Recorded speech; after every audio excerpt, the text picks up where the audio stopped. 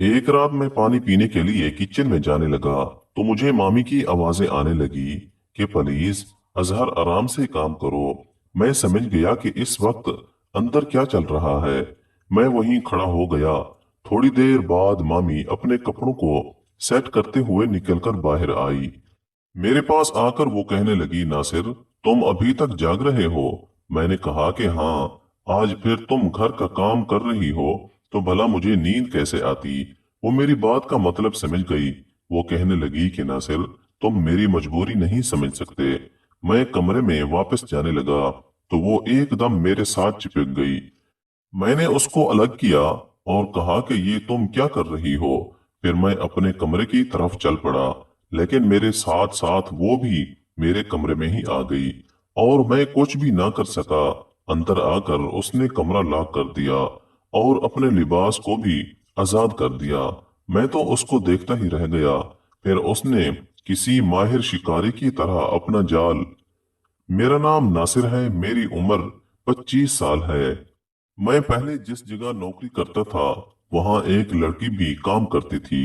हम दोनों अच्छे दोस्त थे और हर रोज ही एक दूसरे से मिलते।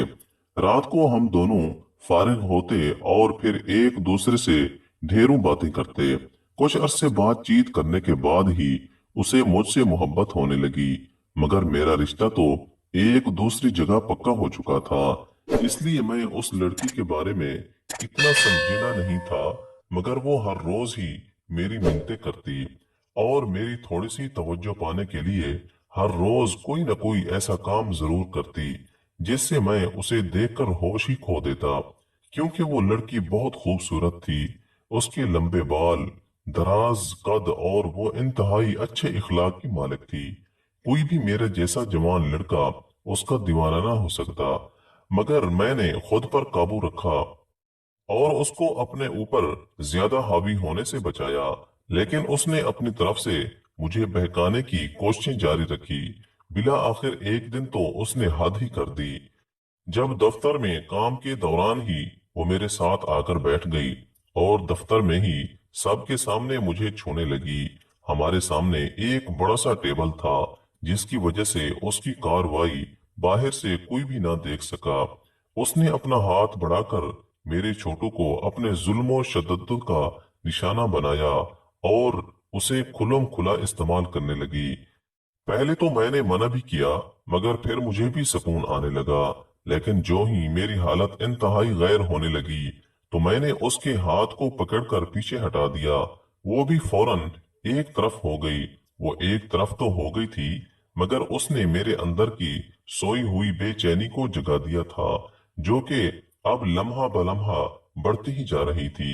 मुझे समझ नहीं आ रही थी कि उसे कैसे खत्म करूं। पहले वो लड़की लाइन मारती थी मगर मैं सीरियस नहीं था। लेकिन आज मैंने उसे बेबस होकर मैसेज किया कि मैं तुम्हें शदीद चाहता हूँ। थोड़ी देर बाद उसका जवाब आया कि वो इतनी जल्दी किसी के हाथ नहीं आती। वो जवाब पढ़कर मुझे गुस्सा आया। मैंने फिर मैसेज करके उससे पूछा कि आज फिर दफ्तर में वो सब क्या था जो तुमने मेरे साथ किया। जिस पर उसका जवाब आया कि वो सिर्फ मजाक था। मैंने लिखा कि मैं वैसा मजाक दोबारा करना चाहता हूँ। कुछ देर बाद उसका जवाब आया कि आखिर तुम क्या चाहते हो। मैंने मोहब्बत से लिखा कि मैं आपके साथ क्रिकेट का मैच खेलना चाहता हूँ। उस पर उसका रिप्लाई आया कि शर्म करो, मैं तुम्हारे साथ नहीं खेल सकती।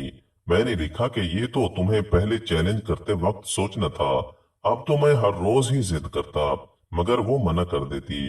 आखिर एक दिन उसने मुझे हाँ कर ही दी। अब मैं अगले दिन जॉब पर जाने का इंतजार करने लगा। दफ्तर जाने के बाद मैंने इधर उधर बहुत देखा, मगर वहां कोई ऐसी जगह न थी जहां हम दोनों सुकून से अपना घर का काम कर सकते। यह सूरत हाल देखकर मैं उदास हो गया कि ये सुनहरी चांस भी चला जाएगा। मगर उस अरसे के दौरान वो जब भी मेरे पास से गुजरती तो अपना गला कुनकुनारती, जैसे वो मुझे तड़पाना चाह रही हो। आखिर मैं भी सब्र करके बैठ गया। एक दिन मैं दफ्तर में था कि उसका मैसेज आया। मैंने मैसेज देखा तो उसने मुझे जल्दी से वॉशरूम के बाहर आने को कहा था। मैं जल्दी से उठकर वॉशरूम के पास आ गया। वहां एक जानिब लेडीज वॉशरूम है, जबकि दूसरी जानिब मर्दाना है। मैंने देखा कि वो वहीं खड़ी थी। उसने मुझे धीरे से कहा कि मैं वॉशरूम में जाऊंगी, कुछ देर बाद तुम भी उसी वॉशरूम के अंदर आ जाना। मैंने उसकी बात पर हाँ कर दी। फिर वॉशरूम के अंदर जाकर देखा तो हैरान रह गया, क्योंकि वो तो पहले से ही मुकम्मल तैयार होकर खड़ी थी। हम वहां घर का काम नहीं कर सकते थे, क्योंकि वहां जगह और वक्त इंतहाई कम थे। बस उसे देखा और दिखाया, मुझे बिल्कुल भी मजा नहीं आया। कुछ देर बाद ही मैं उससे अलग हुआ। फिर मैंने उससे कहीं दूसरी जगह सुकून से मिलने की फरमाइश की, क्योंकि मैं उसे अच्छी तरह हासिल करना चाहता था। मगर वो कहने लगी कि ये तो ख्वाबों में ही हो सकेगा, क्योंकि इस मसरूफ जिंदगी में मुझे इतना वक्त नहीं मिलता कि मैं तुम्हारे लिए भी एक दिन निकाल सकूं। मैं भी उसकी बात समझ गया था और अपनी सोचों को महदूद करने लगा कि इतने बड़े बड़े ख्वाब ना देखूं, वही मेरे लिए बेहतर है। मैंने उसे मनाने की बहुत कोशिश की, मगर वो ना मानी। फिर कुछ अरसे बाद मैंने उससे बोलचाल बंद कर दी और उसे बिल्कुल ही भूल गया, क्योंकि वो भी अब उस दफ्तर में नहीं आती थी। मुझे लगता था कि शायद उसने जॉब तब्दील कर ली है। उस वाक़े के तकरीबन एक साल बाद मैं अपने मामू की शादी में शिरकत के लिए कराची चला गया। लेकिन मैंने जैसे ही मामू की दुल्हन को देखा तो मैं शॉक हो गया। मुझे नहीं मालूम था कि मेरी वही पुरानी दोस्त अब मुझे यहाँ मेरी मामी की सूरत में मिल जाएगी। वो बहुत खूबसूरत लग रही थी। दुल्हन का रूप उस पर बहुत जच रहा था। फिर जो ही उसकी नजर मुझ पर पड़ी तो वो भी मुझे वहां देखकर हैरान थी और घबरा भी गई, क्योंकि मैंने तो उसे मुकम्मल देखा हुआ था। हाँ, ये एक अलग बात थी कि मैं घर का काम पूरा न कर सका था। मैंने खुश दिल्ली से अपना हाथ आगे बढ़ाया और नई मामी को अपनी फैमिली में शामिल होने पर खुश आमदीद कहा। फिर मेरे मामू ने उससे मेरा तारुफ करवाया और उन्हें कहा कि ये मेरा भांजा नासिर है, और ये भी बताया कि नासिर की जल्द ही शादी होने वाली है। वो तो जैसे सकते में आ गई। फिर मेरे मामू ने मुझसे पूछा कि नासिर, क्या तुम अपनी मामी को तोहफा नहीं दोगे?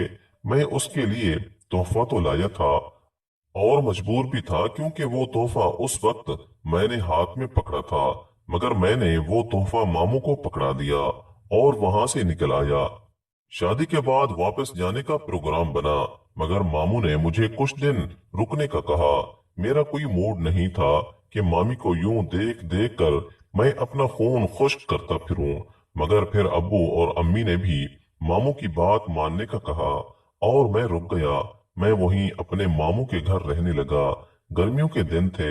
एक रात प्यास से मेरी आंख खुली।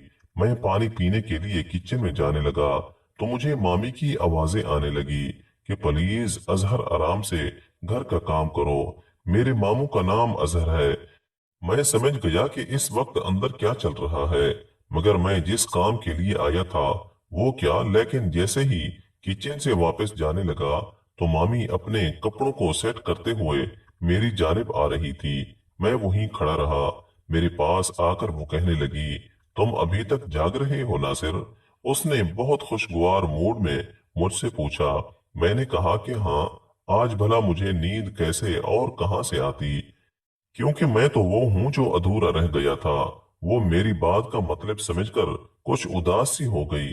फिर कहने लगी कि नासिर, तुम मेरी मजबूरी नहीं समझ सकते। मैं अचानक फट पड़ा कि आखिर ऐसी भी क्या मजबूरी थी तुम्हें जो अब तुमने मेरे मामू के साथ शादी कर ली। ये कहकर मैं वापस जाने लगा तो वो एकदम मेरे साथ चिपक गई। मैं दंग रह गया। मैंने उसको अलग किया और कहा कि ये तुम क्या कर रही हो? मामू किसी भी वक्त बाहर आ सकते हैं, और ये भी मत भूलो कि अब तुम मेरी मामी हो।